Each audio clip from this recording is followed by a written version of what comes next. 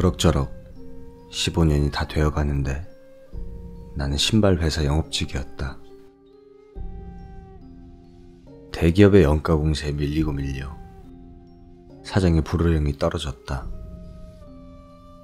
결국 외국에서 싸구려 신발을 수입해다 팔기 시작했지만 이게 영 못 써먹을 물건이었다. 그래서 결국 내다버리게 되었다. 한밤중 수상한 트럭이 왜 시골을 드나드는지 아무래도 수상했던 거겠지. 경찰에 신고가 들어가 잠결에 뛰쳐나왔는지 구깃구깃한 제복을 입은 경찰관에게 조사를 받게 되었다.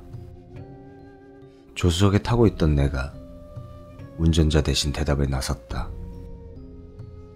당시 나는 버리기 전에는 돌아오지 말라는 그런 말을 들어 만신창이었기 때문에 넋두리를 잔뜩 늘어놓았다. 그랬더니 경찰관은 어딘가에 전화를 걸었다.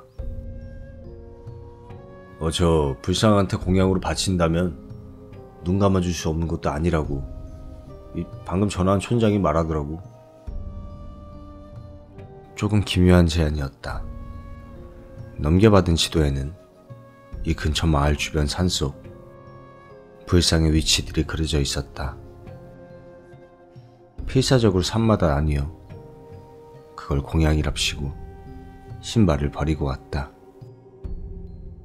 멀쩡한 거 몇 개는 아까워서 내가 챙기기도 했고 총 4일 정도 걸렸지만 마침내 모든 불상에게 신발을 바칠 수 있었다. 그리고 돌아오는 길 사고가 났다. 날아들어온 무언가에 부딪혀 급브레이크를 밟았다. 눈앞에는 유리창이 다가왔다. 그 순간 무언가가 내 발을 꽉 잡았다. 구사일생으로 살아난 뒤 보니 무수한 불상이 내 발목을 잡고 있었다. 머리가 하얘졌다. 보통 이런 건 재앙을 받아 죽는 상황일 텐데 왜 살려준 걸까? 애시당초 우리는 불법 폐기물 투기를 하라고 회사에게 명령받아 온 거였다. 그런 회사 같은 데 있으면 안 되겠다고 어떻게 봐도 나쁜 놈들이라고. 너무나 감사한 마음 덕분이었을까. 눈이 떠진 듯한 느낌이었다. 나는 그 길로 회사를 때려쳤다. 기묘한 인연에 이끌려 그 마을에서 일을 구했고 맨발의 지장보살에게 신발을 바친 사람이라는 소문 덕분에 곧바로 취업할 수 있었다. 산과 지장보살 관리인 자리였다. 열심히 반년 정도 일하다 회식 자리에서 듣게 되었다. 저건 사실 지장보살이 아니라 이 산 주변에 있는 나쁜 신을 가라앉히기 위해 산 제물을 바친 것이라고. 산 제물이 된 사람들은 마을에 대한 원한을 품었기 때문에 사람들에게 이익이 되는 존재는 아니라는 것 같았다. 즉 나는 과거 산 제물에게 바치는 또 다른 산 제물 같은 존재였던 것이다. 그것을 깨달은 순간 오한이 들었다. 경찰관이 갑자기 도와주겠다며 건넨 말 뒤편에 숨겨진 악이 이 마을 사람들은 과거부터 지금까지 전혀 변하지 않았다는 걸 느꼈다. 감사한 마음으로 지장보살을 소중히 여기며 몇 년이고 일을 하고 있는 사이 신기하게도 운길이 트였다. 도시에서 소박 맞고 돌아왔다지만 이곳에서 아내도 생겼고 묘하게 어른스러운 자식들에게 둘러싸여 지금은 행복하게 살고 있다. 우리 아이들이 혹시 그 산 재물로 바쳐진 그 이들의 환생은 아닐까? 뭐 이렇게 가끔 생각한다.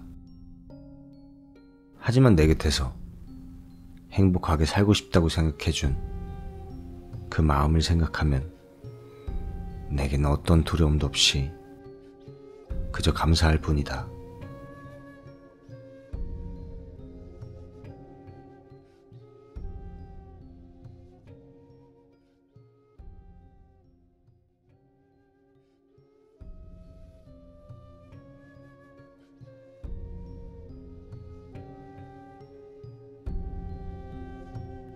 두 시간 정도 전에 일어난 일을 얘기해보려고 한다. 나름 심장이 쪼그라드는 것 같은 체험이었다. 나는 아파트 2층에 살고 있다. 베란다에 나오면 주차장을 끼고 맞은편에 또 하나의 아파트 B동이 보인다. 그리고 그 주차장 옆길을 따라가면 신호등 너머 슈퍼마켓이 있다. 베란다에서 보면 바로 앞에 B아파트가 있고 그 너머에 슈퍼가 보이는 형태다. 오늘은 동생이 집에 못 끌어와서 간만에 같이 술이나 먹을까? 라고 이야기가 진행됐다. 동생이 그 슈퍼에 다녀오겠다며 짐을 나섰다. 물건 사는 게 귀찮았던 나는 집 청소를 해두기로 했다. 대충 정리를 마친 뒤 담배나 한 대 태울까 싶어 베란다로 나오게 됐다.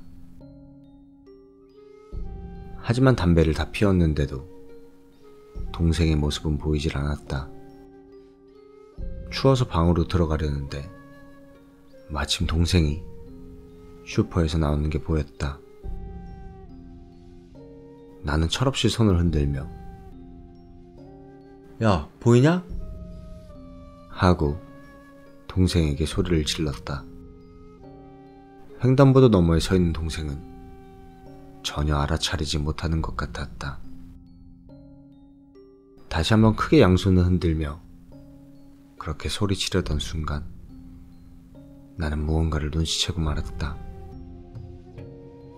정면에 있는 B아파트 2층, 딱 내 시선과 일치하는 집안에서 새까만 여자가 나를 보고 있었다.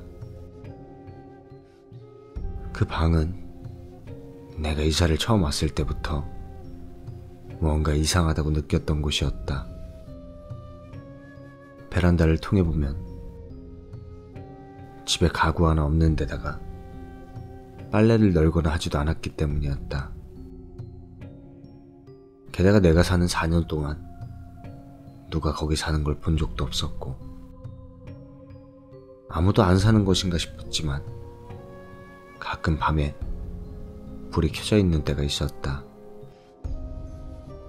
그랬기에 그저 생활 리듬이 조금은 특이한 사람이라고 그렇게만 여기고 지내왔던 것이다.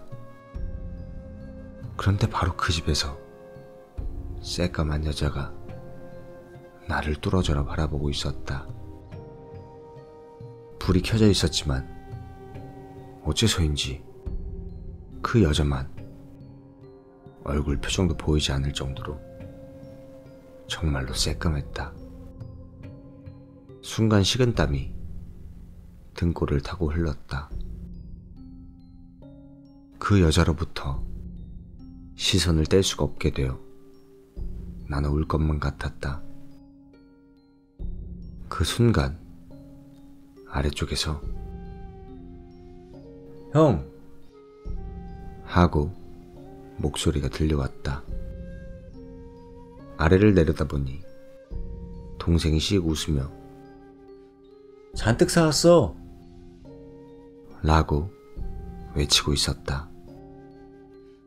나는 가능한 활기차게 네가 한턱 쏘는 거지?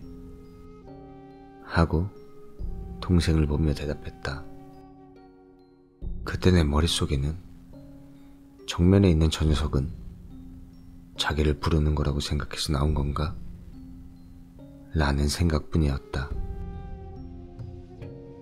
어떻게든 정면을 다시 보지 않으려 필사적으로 노력하며 나는 방으로 돌아왔다. 그 여자가 아니라 동생에게 말했던 거라는 걸 그 여자에게 어필하기 위해. 에이야, 빨리 올라와 라고 말하며 조금 안정을 찾고 나니 동생이 돌아왔다는 것에 안심한 탓인지 조금은 짜증이 났다. 왜 남의 집을 뚫어져라 보고 있는 거야? 저 여자 대체 뭐야? 혹시라도 계속 그러고 있으면 한 소리 해주려는 마음에 나는 커튼을 확 쳐쳤다. 그러자 정면에 있는 그 여자의 집이 보였다. 믿을 수 없는 속도로 집 안의 불이 꺼졌다가 켜지기를 반복하고 있었다.